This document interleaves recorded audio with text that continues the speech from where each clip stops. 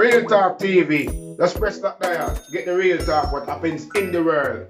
Right now. Real talk, straight. Real talk. Press that dial. And to keep our black Americans down, we lynched. But yet they rose.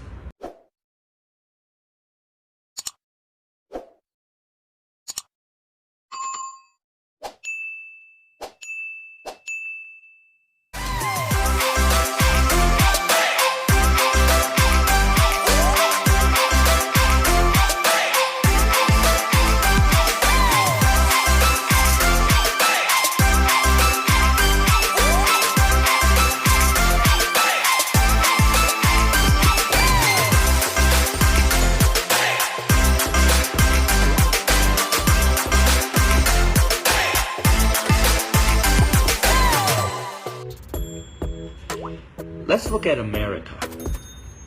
We brought blacks into this country as slaves. We never intended them to be anything other than a slave. But they began to grow in number and in power, and eventually they fought their way to some freedom. So we became even more cruel. And to keep our black Americans down, we lynched. But yet they rose. So then we used the welfare system, the criminal justice system, to keep them down, to contain them, to destroy them. But yet they rose and they're rising. Then we built prisons and jails to hold them. Yet they rose. And so now we are doing exactly what the Pharaoh did at the end, sending out a decree, kill them. So until we admit that when we wrote this Constitution that all men are created equal, that we never intended to include our black brothers and sisters, our nation may end up facing exactly what the Egyptians faced when they refused to let God's people go. So I'm going to say this to my white fellow Americans, that the bloodshed that is on its way is not on the hands of our fellow black Americans, but is on our hands. We are the ones that are refusing to let God's people go.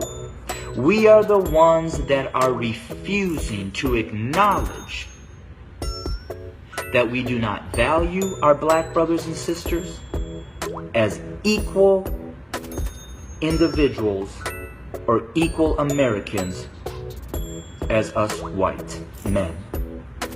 And to my black brothers and sisters, the racial issues, as I've said, have been there from the very foundation. But why do we see it more?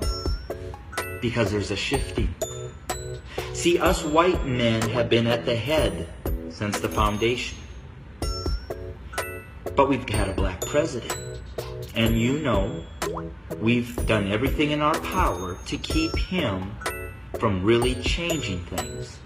Now we have another minority rising to the top, a white female. What does that say? Those of us who are white men who have been at the head are now starting to see and fear that we are going to become the tail. And we know what we've done to you. And so now we're fearful that you're going to do to us what we have done to you. But I will say this. I've lived in a black community for 23 years. I've never been treated the way that this country has treated my black Americans. So I call out my white Americans to say we better heed, repent, acknowledge, and change. Because if we don't, I just want to again say this. The bloodshed that we will experience is on our hands, not the hands of our fellow black Americans. I welcome your comments. I welcome your feedback. Hit me up on Facebook or go to my webpage at www.studio2911.org. Again, that's studio2911.org. I don't necessarily know the answer, except for us white Americans need to repent, acknowledge the lies that we have taught, acknowledge our value system of equality. It is not here, and it does not include our black brothers and sisters. And we need to change, and we need to change now. Thanks for your time. Bless you.